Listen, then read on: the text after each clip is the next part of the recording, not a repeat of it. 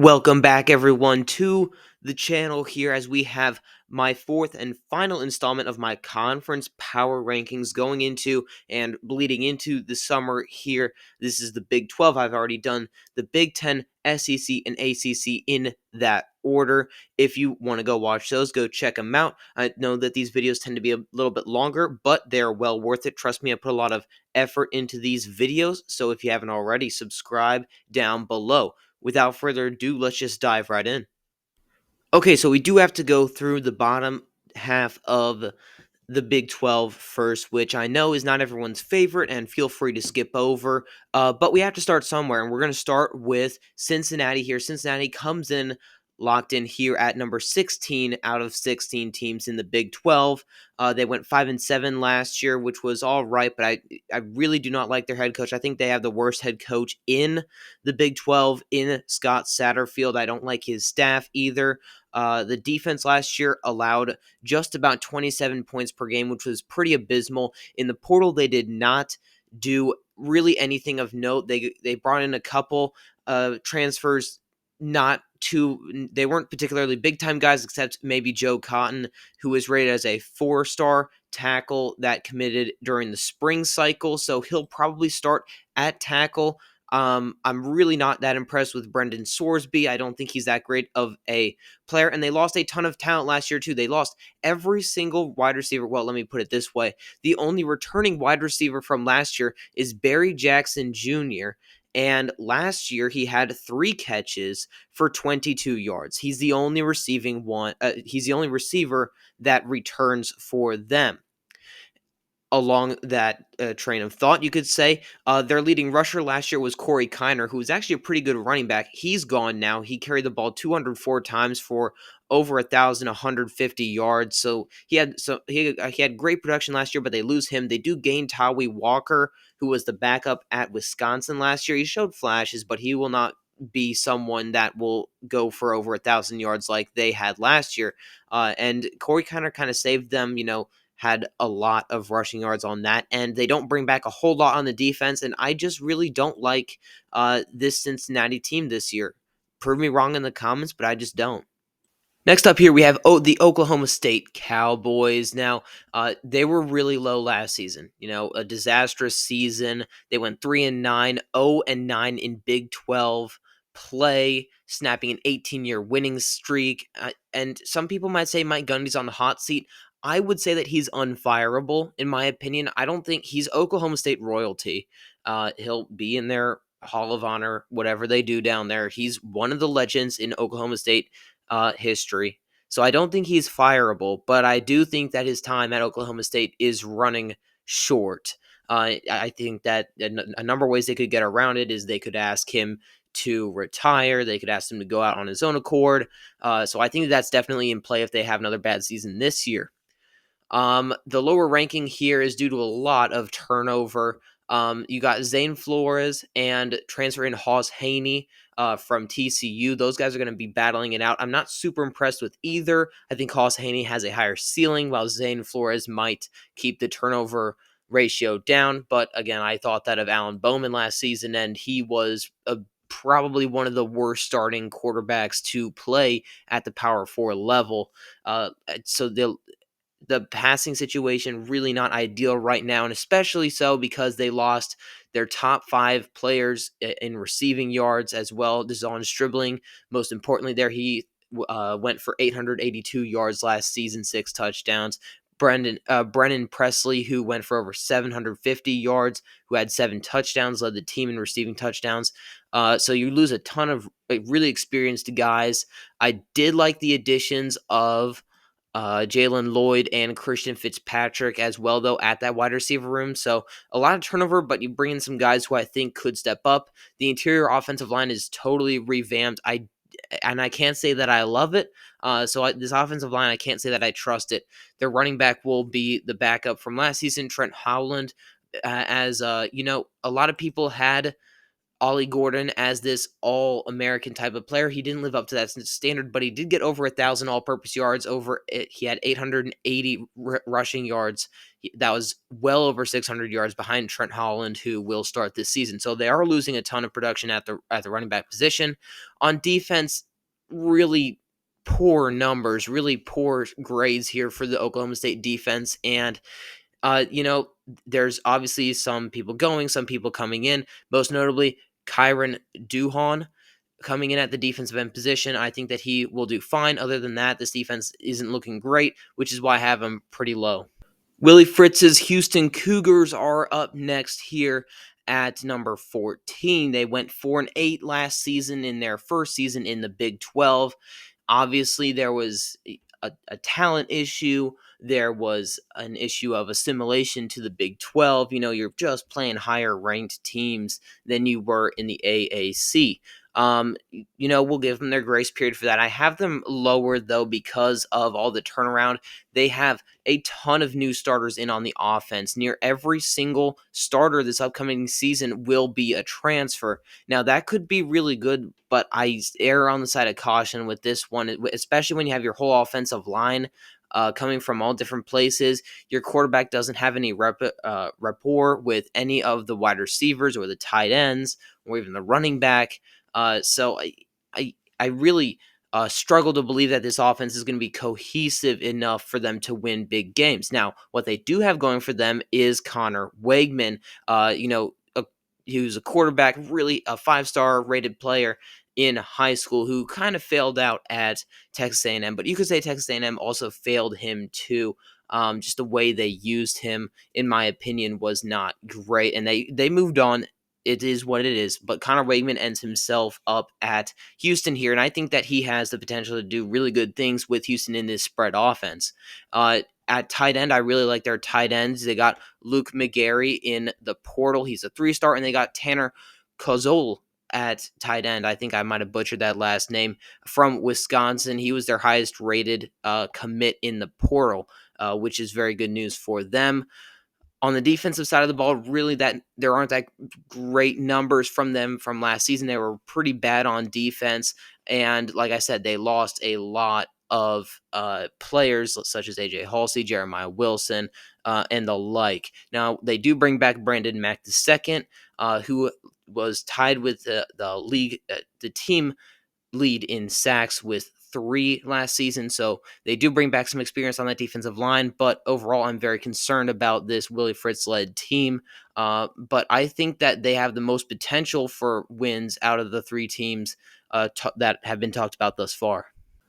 The UCF Knights are up next here at number 13, and they just got their guy back, you could say, in Scott Frost, where led them to 13-0, bowl win against Auburn, all that type of stuff. It was great. They coulda, shoulda, woulda been in the playoffs. That's an argument neither here nor there. It was many. I say many. It was about 7 years ago. So no need for an argument there. But point being, they bring back their golden boy after he failed out at Nebraska, his alma mater. So Scott Frost coming back to a place that he knows, and he knows his people there. He just understands how UCF works. So I think that going forward is going to be a program very much on the rise. Will they succeed this year? Well, I have my doubts, let's just say. But what they do have going for them is they've completely revamped everything that they're doing. Now they're switching to more of a spread offense, bringing in his offense and bringing in a lot of his guys too. They brought in over 35 transfers. They're doing a lot of what Indiana did last season when they bring in a new head coach. They cleanse the system of the former players, and they're just trying to piece together this first year. Now, it worked for Indiana. Will it work for UCF? I don't think so, but that's why I have them so low. They bring in Taven Jackson at quarterback, who is very talented, Jaden Nixon at running back, etc. Sincere Edwards at defensive end, I think, can be really good. He has the potential to do a lot of great things. So UCF, a chaotic team. That's my word for them, chaotic. So I think that Scott Frost can do some good things in year 1 to prepare him for years 2, 3, and 4. But I don't think. I think that they certainly could make a bowl game, but I really would err on the side of caution with that. Okay, Arizona is up next here. The Wildcats went 4-8 last season, down from 10-3 in 2023, and the difference there is they lost their head coach and much of their coaching staff. Jed Fish worked wonders with Arizona for his couple years there, and I really like him as a head coach, and losing him was detrimental to the program. They had Noah Fafita, who was one of the top rising quarterbacks on everyone's charts. They had Terodoro McMillan, who went top 5 in the NFL draft, and they just could not piece it together. T-Mac had about half of Noah Fafita's passing yards. T-Mac had over 1,300 yards. Noah Fafita threw for shy of 3,000 yards. It was the T-Mac show, and that was basically it, because they couldn't play defense and they couldn't do anything else outside of that. For comparison, now their leading receiver, Chris Hunter, was the wide receiver 2 for them last season, and he had 323 yards. And T-Mac had 1,319. So let's not get it twisted here. It was the T-Mac show, and Noah Fafita struggled with interceptions. His TD to interception ratio was 18-12. He took 28 sacks, lost 220 yards on those sacks. I mean, it was just a terrible situation all over the board. Their offensive line was terrible, in my opinion. They couldn't run the ball when they needed to. Their defense just gave up a lot, really everywhere. I mean, you go back to that Colorado game, you go back to really any game last season where they were just giving up points left and right. The defense remains largely the same. I don't think it's going to be that great. But I do expect a bounce back season from Noah Fafita. This is going to be his third year starting, well, at least third year starting games. I think his second full-time year starting. And I think that he'll make a progression, which is why I have him up here. I think he's the most talented quarterback by far that we've talked about so far in this video. But outside of that, I don't see a whole lot of confidence. I don't have a whole lot of confidence in this team. Next up is West Virginia. Now they are, if anyone's going to be the Indiana of last season, this season it's going to be West Virginia. They bring in a head coach in Rich Rodriguez, who has history with the program, who really loves this program, and he showed that by bringing in 52 transfers. Brought in 52 transfers. I could list them all, but I'm not going to. It feels a lot. It feels discombobulated, in my opinion. Again, one of the top transfers class in the Big 12, because he brought in so many players to just kind of backfill this roster. They weren't particularly great last season. I thought that they were going to be a sleeper team last season. I do not see them as a sleeper team this season. I think that they're going to be pretty bad.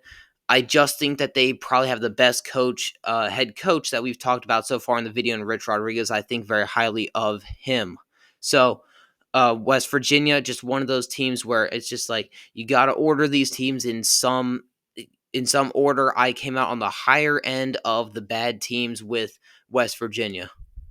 Now we reach the top 10 of the Big 12 here, and I think from here on out are teams where you could make a case for them having a breakout year, or a year that they could really thrive or whatnot, because this conference is so unpredictable, in my opinion. I have Kansas here at 10. I could have put them at 5. I mean, I do not know how many times I just went over and over, just like putting teams back and forth within this top 10 here. The first 6 or 7, it's pretty easy to put them in, because they're not great teams compared to the rest of the Power Four.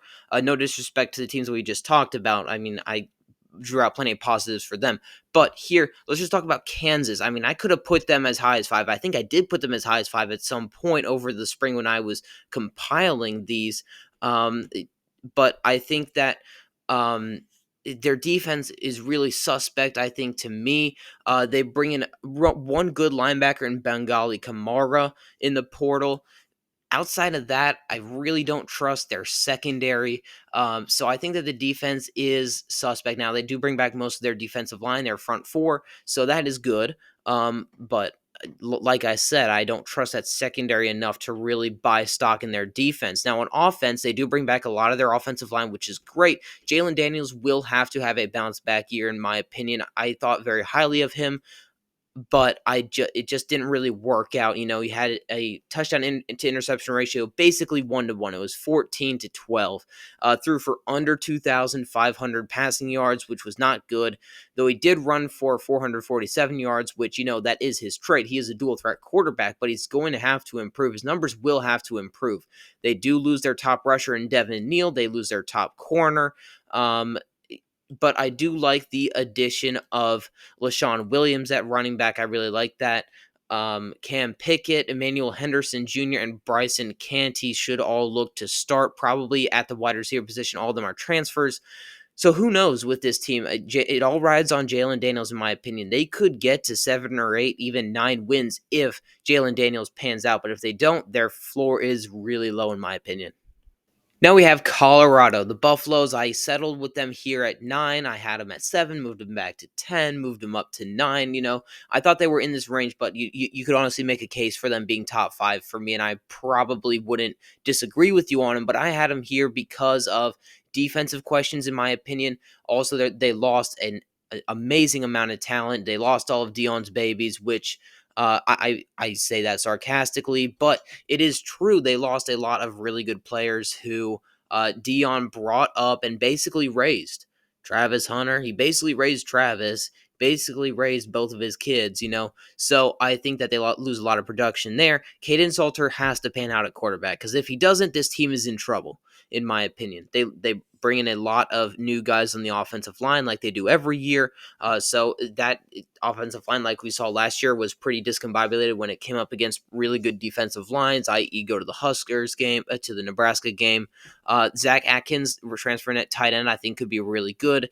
They got the Miller brothers at wide receiver. I started to say his name, Omarion Miller and Draylon Miller.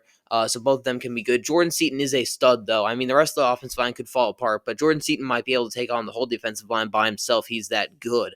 But like I said, the whole offense rests on Caden Salter panning out, and he did not last year at Liberty. So that's one of the reasons that gives me pause with this Colorado team. I think that their defensive line got better, getting Jaheim Otis from Alabama. That was a pretty big get. Tavion Coleman, Arden Walker, who broke out last year, in my opinion. DJ McKinney at corner, I think, is pretty good. Preston Hodge at the nickel. Other than that, I don't trust the secondary too much, in my opinion. The linebackers, I think, are weak. But in a weaker Big 12, I think that they could really thrive. I think that they definitely have the potential to get to a bowl game. Will they be among the conference's best? I don't think so, but hey, give me your case down below for Colorado. I know a lot of Colorado fans tune in every time their name is called. So let me hear it down below. What is your pitch for them being a top 5 team in the Big 12? The Utah Utes are here right in the smack dab center of this power ranking here at number 8. They went 5-7 last season. Really took a hit with Cam Rising's injuries. Obviously, he is not on the team anymore, so they will be starting probably be starting junior transfer Devon Dampier, which I think could really pan out for them because they have a really good offensive line that comes back, probably one of the top offensive lines in the country, in my opinion, most likely. Their wide receiver room is really untested, a lot of transfers in. I don't like it that much, which is why I have them pretty low. Wayshawn Parker coming in from Washington State at running back should be really good, though. On defense, they return a lot of guys. They were top 10, top 15 in returning production. They got a couple timely transfers, but they did have their top corner, Cameron Calhoun, leave. So what does that mean? We'll see. But I think that they're just a relatively stable program. Kyle Whittingham is one of the top. I hesitate to call him top 10, but probably top 20 coach in the country right now.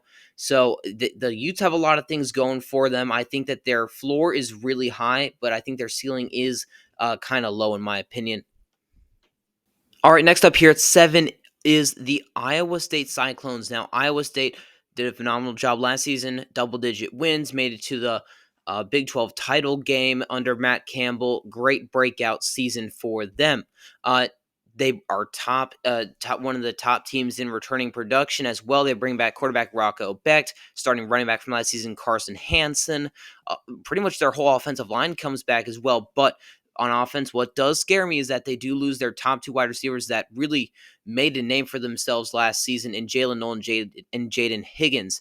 Both players had 1,180 plus yards. They were within 10 yards of each other, 11 to be precise. So they were both really wide receiver ones for really any team. And outside of those two guys, they had really no receiving yards at all. The number three guy that had receiving yards was Gabe Burnkel at tight end, who had shy of 300. So it is very concerning, in my opinion, what they're dealing with at wide receiver. But everywhere else on the field, they look pretty good. Rocco Becht, again, a pretty darn good quarterback. Defensively, they did struggle last season. It's going to be the same run back, I think, but they can get away with some positions having holes, I think, because of the way the Big 12 naturally is. The Big 12 naturally is probably the weakest conference in terms of overall defense, in my opinion. But that point aside, defensively, they do bring back a lot of players, and that should help them out. The Kansas State Wildcats come in here at number 6, and I think they're a bit of a wild card this season, but I err on the side of I think that they're going to be pretty darn good this year after they went 9-4 last season. They started out the season 7-1 before taking a bad loss at Houston, finishing the year with 3 out of their 4 games being losses. They lost at Houston versus Arizona State and at Iowa State. So two of those teams were pretty good.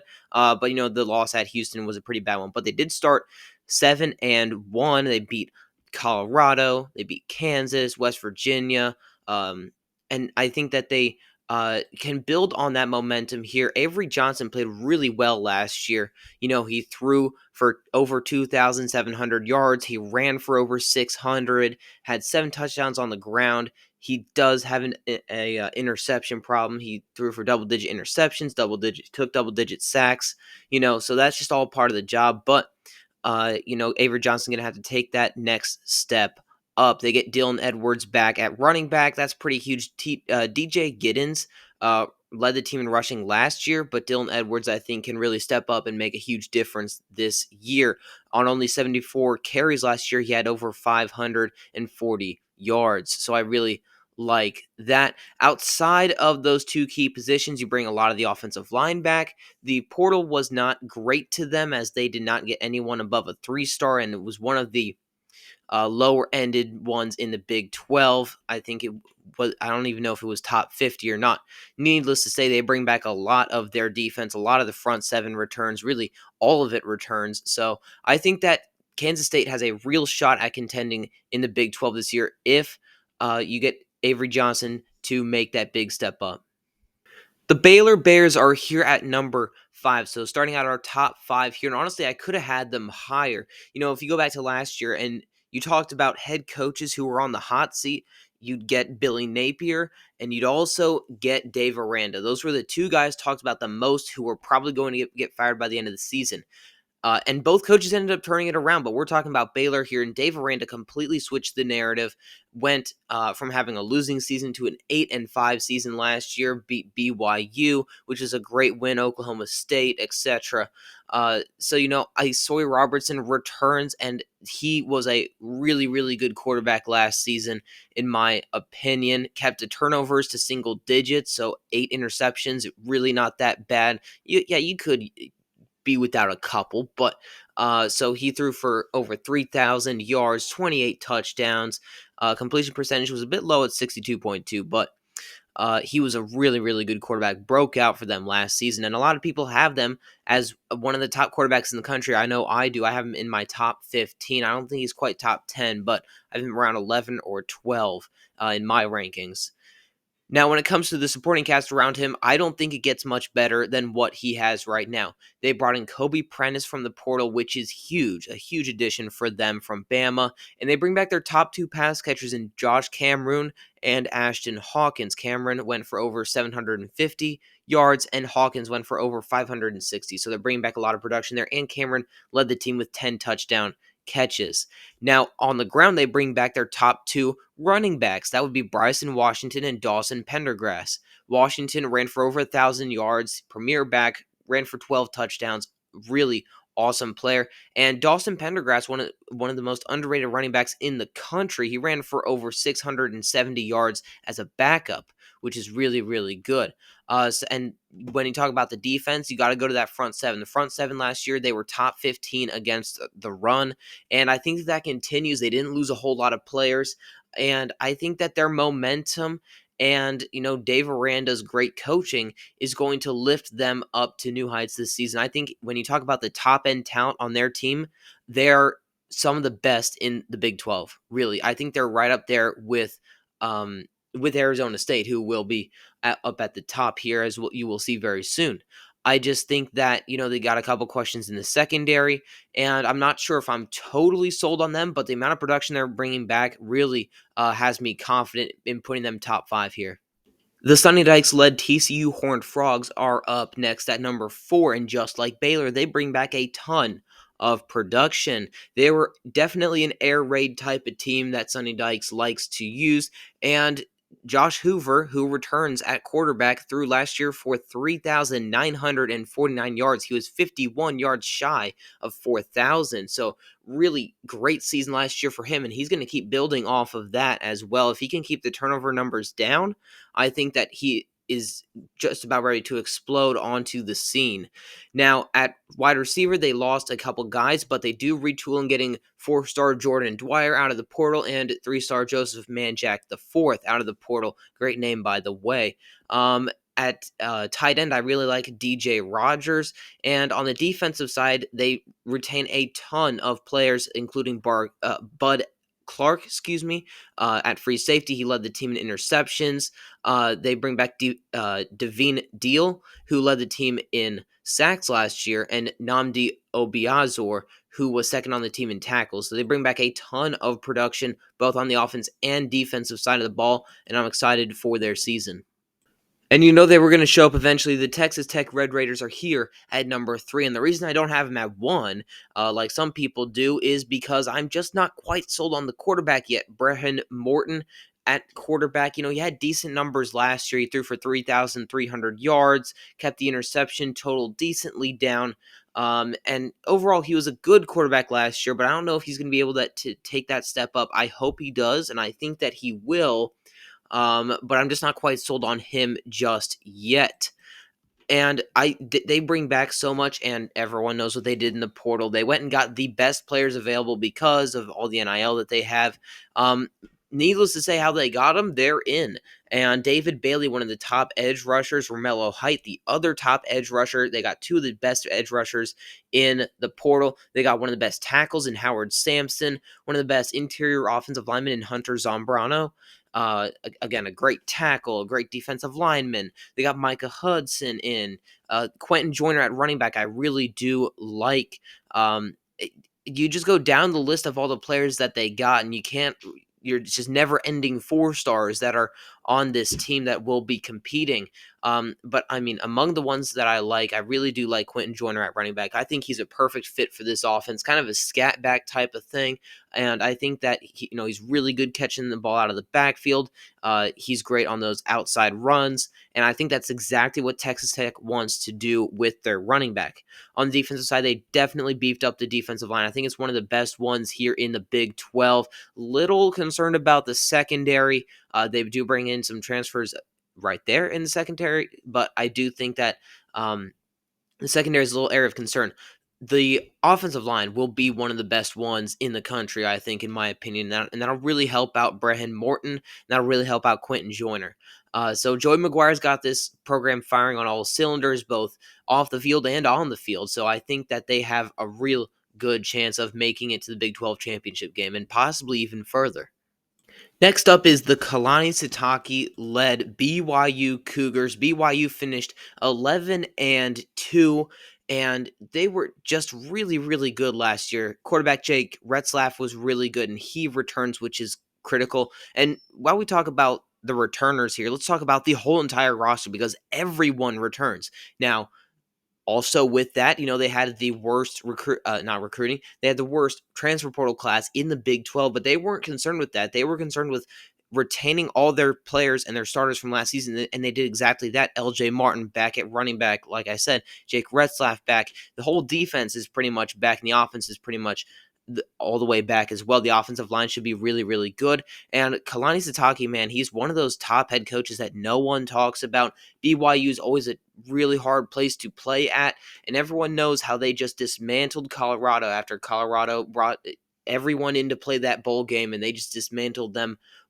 just completely obliterated Colorado in the bowl game, and just overall played really well last season. And they bring everyone back, plus a good developmental coaching staff. Are you kidding me? I think that this team has the chance to really, really make some noise in the playoffs this upcoming season.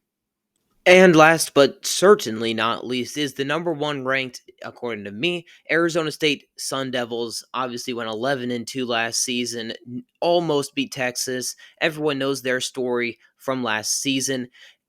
And I think that they run it back again. They bring back Sam Levitt at quarterback. They get a really timely transfer in Kanye Udo, who ran for over 1,000 yards at Army last season. And recruiting is great. They have one of the top young head coaches in Kenny Dillingham. I think he's on the same trajectory as Dan Lanning was at his point. And I think that really, Arizona State, I don't need to sell you on them because pretty much everyone's already been sold. The defense brings back almost everyone. They have pretty much their whole front seven back, most of their secondary back. I think that they are a really fun team to watch going forward, and I think could even win a playoff game. So that's it for me. Thank you guys so much for watching this last installment of the Power Rankings videos we are going to come out with. These videos have been very long. I get that. Thank you for sitting through all of them. If you have, sitting through this one, if you have, go check out my other ones if you haven't already. And I'm going to be coming out with a lot of different type of content now. I've been doing a lot of generic power rankings, but now we'll be getting team-specific, player-specific, coach-specific content coming out soon. Thank you so much for watching, and I will see you in the next one.